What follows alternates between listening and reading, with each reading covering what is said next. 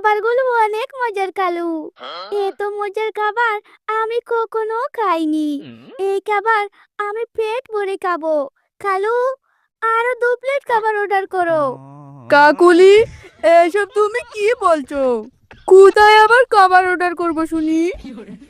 দূর, আমি তাহলে এখন স্বপ্ন দেখছিলাম, কিন্তু আজ আমি এটা বাস্তবে পূরণ করব।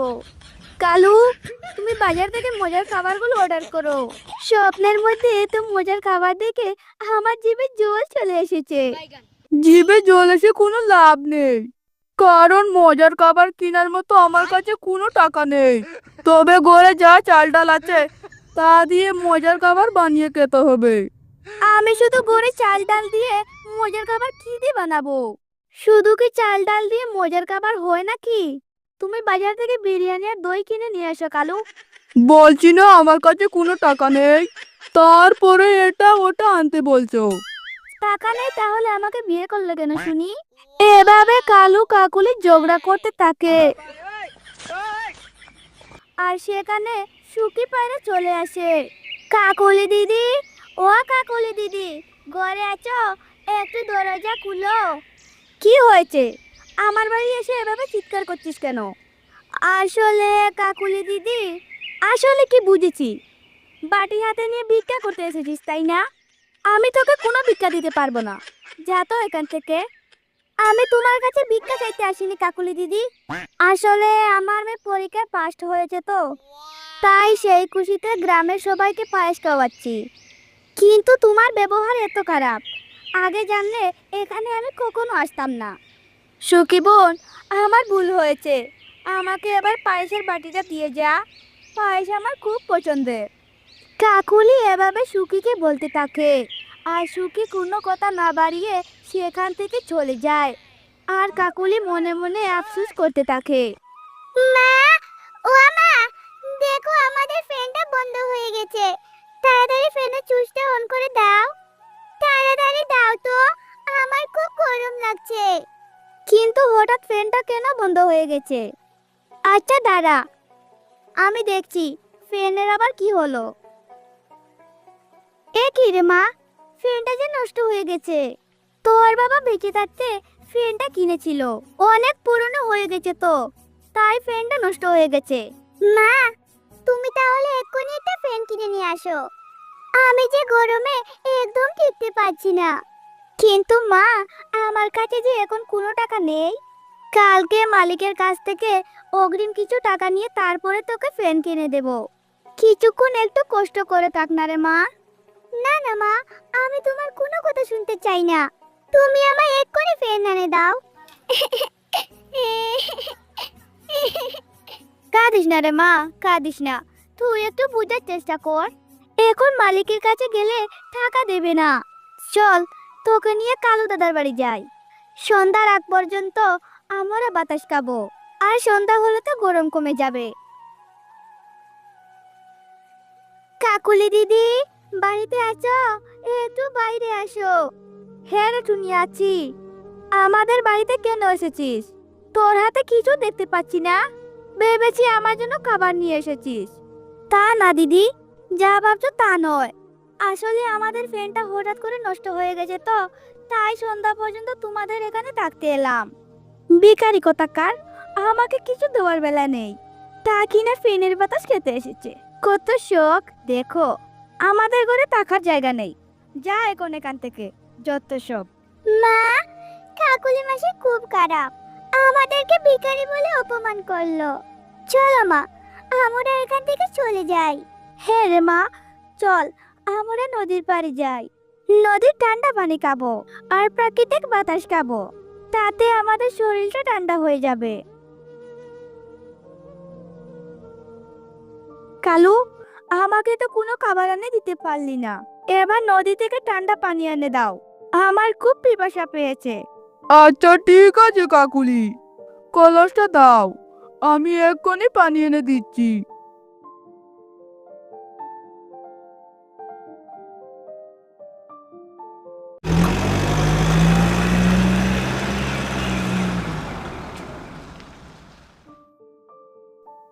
বাবা, আজ তো দেখছি খুব গরম, আর এত গরমে আমার গলাটা শুকিয়ে কাঠ হয়ে গেছে। গাড়িটা এখানে রেখে দেখি তো কোনো পাখির বাড়ি পানি পাওয়া যায় কিনা। এই পাখি, এদিকে শুনো তো।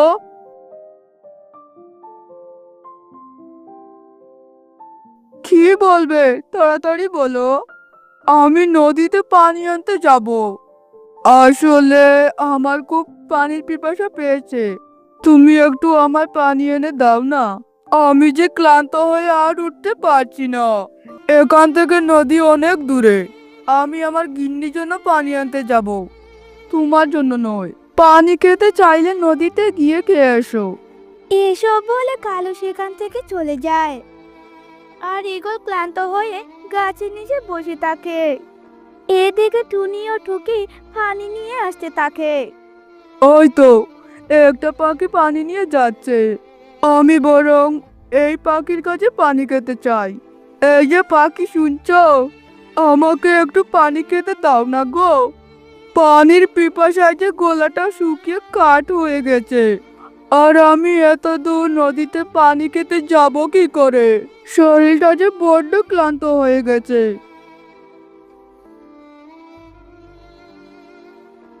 এই না দাদা, ঠান্ডা পানি। তুমি কলসের সব পানি খেয়ে তোমার পিপাসা মেটাতে পারো। তোমাকে অনেক ধন্যবাদ পাখি। তুমি পানি না খাওয়ালে হয়তো আমি মরে যেতাম। সত্যি, তুমি অনেক ভালো পাখি। এর আগে কালো একটা পাখির কাছে পানি চেয়েছিলাম, কিন্তু পাখিটা আমায় অপমান করে চলে গেল। ও, বুঝেছি। আমাদের বনে কালু দাদা। আসলে ওরা খুবই হিংস্রকর। কাউকে ওরা সাহায্য করে না। যাই হোক, তোমার বাড়ি কোথায়? তোমাকে তো ঠিক চিনলাম না। আমার বাড়ি শহরে, আর আমি শহরে চাকরি করি। ছুটি পেয়ে হঠাৎ করে বন দেখতে ইচ্ছে করছিল, তাই আমি তোমাদের বন দেখতে এসেছি। তা দাদা, তোমাকে দেখে মনে হচ্ছে তুমি খুবই ক্ষুধার্ত। তুমি আমাদের বাড়িতে চলো, তোমাকে খাবার খেতে দেব। আচ্ছা ঠিক আছে, তোমরা দাঁড়াও, আমি আমার গাড়ি নিয়ে এখানে আসছি।